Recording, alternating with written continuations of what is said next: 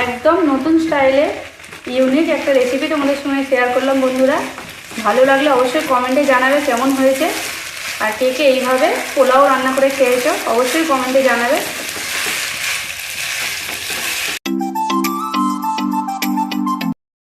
নমস্কার বন্ধুরা, মৌমিক চ্যানেলে তোমাদের সবাইকে স্বাগত।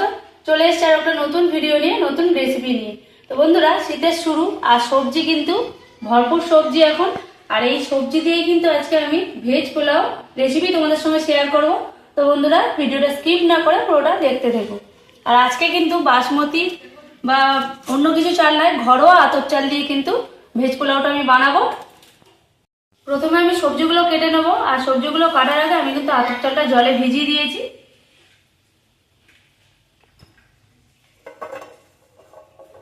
সবজিগুলো আগে আমি ছোট ছোট করে কেটে নেব, এভাবে হালকা ক্যাচা করে সবজিগুলো কাটবো আমি।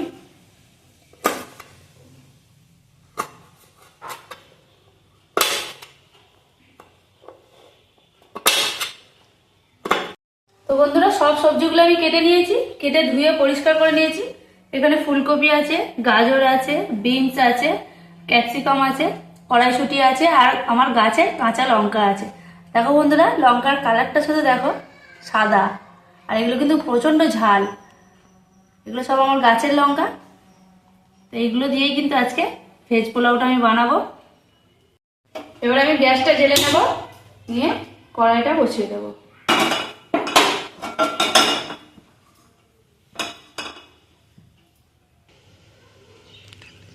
তেল গরম হয়ে গেছে, আর প্রথমে আমি ফুলকপিটা দিয়ে দেব।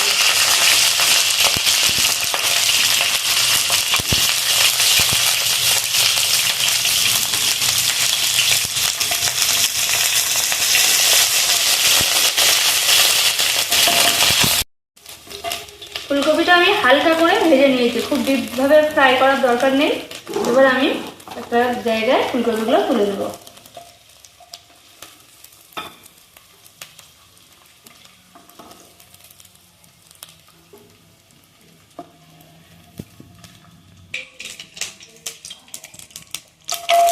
এবার আমি গাজরটা ভেজে নেব, ডিপ ফ্রাই করবো না, হালকাভাবে ভাজবো।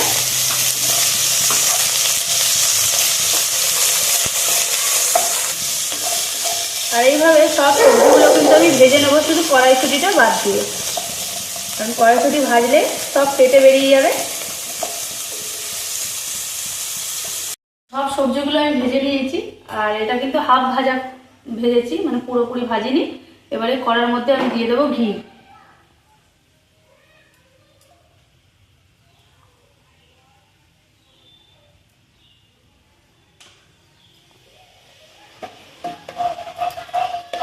ঘিটাকে একটু গলিয়ে নেব, নিয়ে এর মধ্যে দিয়ে দেবো গোটা গরম মশলা আর দুটো তেজপাতা।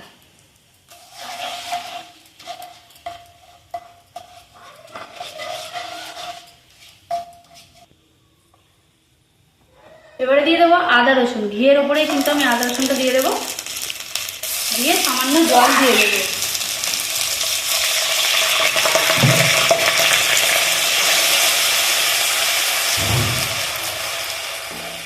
এবারে এর মধ্যে দিয়ে দেবো লঙ্কার গুঁড়ো, হলুদ গুঁড়ো, একদম অল্প পরিমাণ লঙ্কার গুঁড়ো দেবো, হলুদের গুঁড়োটা একটু বেশি দেবো।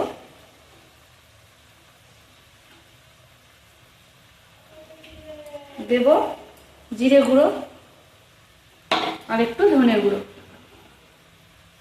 দিয়ে ভালো করে মশলাটা আমি কষে নেব।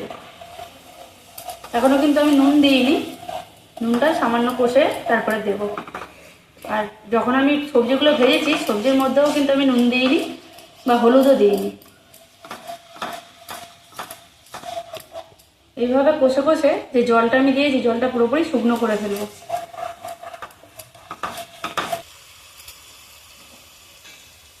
মশলা কষা হয়ে গেছে, আর দেখো বন্ধুরা, পাঁচ সাইড থেকে কিন্তু তেল ছেড়ে দিয়েছে। এটা কিন্তু তেল না, ঘিয়ের মধ্যে আমি কিন্তু মশলাটা কষেছি। এবারে প্রথমে আমি কড়াইশুঁটিগুলো দিয়ে দেবো, এগুলো কিন্তু ভেজে রাখিনি, কাঁচা কাঁচা, তাই আগে আমি এটাকেই দিয়ে দিলাম।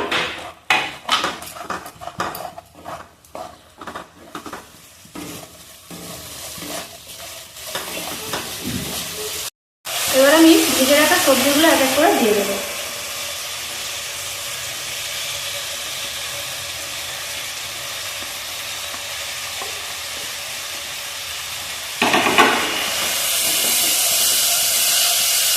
এবারে এর মধ্যে আমি দিয়ে দেবো নুন। নুনটা একটু বেশি পরিমাণে দিতে হবে, কারণ পোলাওর মধ্যে আমি আর কিছু দিতে চাইছি না।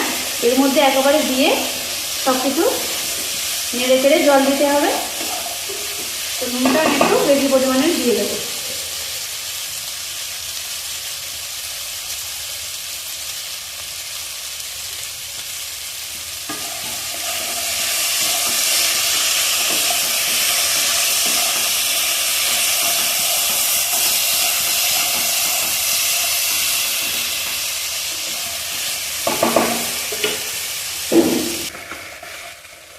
সবজিগুলো আমি মশলার মধ্যে ভালো করে কষে নিয়েছি।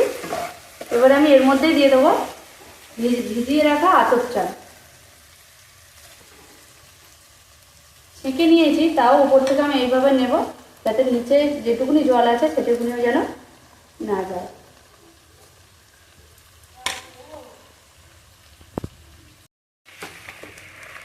এবারে এইভাবে আমি সব একসঙ্গে মিশিয়ে নেব।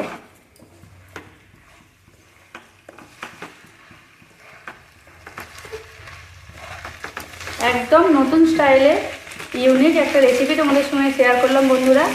ভালো লাগলে অবশ্যই কমেন্টে জানাবে কেমন হয়েছে, আর কে কে এইভাবে পোলাও রান্না করে খেয়েছো অবশ্যই কমেন্টে জানাবে।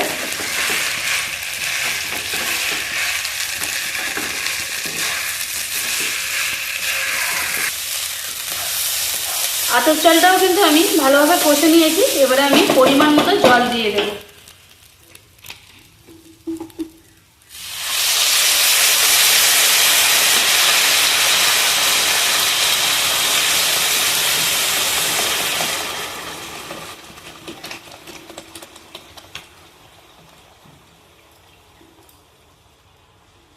তো বন্ধুরা, মাপটা দেখে নিতে হবে যে চালটা যে নিচে গেছে তার থেকে এই 1 ঘাঁটের মতো জল বেশি দিতে হবে, যাতে পুরোপুরি জলটাই কিন্তু ভাতে টেনে নেয় আর ঝরঝরে পোলাওটা হয়।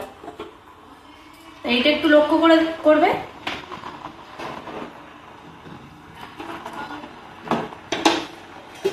এবারে আমি কিন্তু ঢাকা দিয়ে দেবো।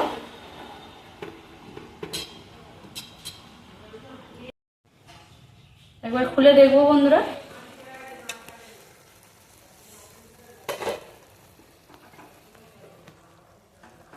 দেখো বন্ধুরা, একটু জল জল আছে, যেটুকুনি আছে কিন্তু ভাতটা আমার পুরোপুরি হয়ে যাবে। এবারে এর মধ্যে আমি দিয়ে দেবো কাঁচা লঙ্কা। কাঁচা লঙ্কাগুলো আমি কিন্তু উপর থেকে এইভাবে অল্প অল্প করে ফাটিয়ে নিয়েছি, এর মধ্যে আমি দিয়ে দেবো। দিয়ে কিন্তু আমি আবার ঢাকা দিয়ে দেবো।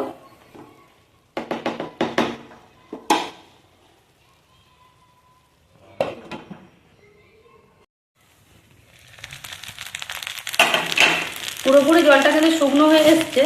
এবারে এর মধ্যে আমি দিয়ে দেবো অল্প করে চিনি, সামান্য পরিমাণ চিনি দিয়ে দেবো। দিয়ে দেবো অল্প ঘি, আর দেবো কেটে রাখা ধনে পাতা।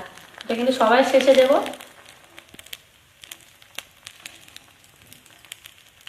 দিয়ে আমি ভালো করে নাড়িয়ে নেব। আর দেখো বন্ধুরা, যে পরিমাণে জল দিয়েছিলাম পুরোপুরি কিন্তু শুকনো হয়ে গেছে। আর যত ঠান্ডা হবে ভাতটা কিন্তু তত ঝরঝরে হয়ে যাবে। জলের পরিমাণটা মোটামুটি ঠিক রাখলে পোলাও কিন্তু সবসময় ঝরঝরেই হবে। তো এবার আমি গ্যাসটা বন্ধ করে দেবো, দিয়ে আমি কড়ার মধ্যেই কিন্তু রেখে দেবো।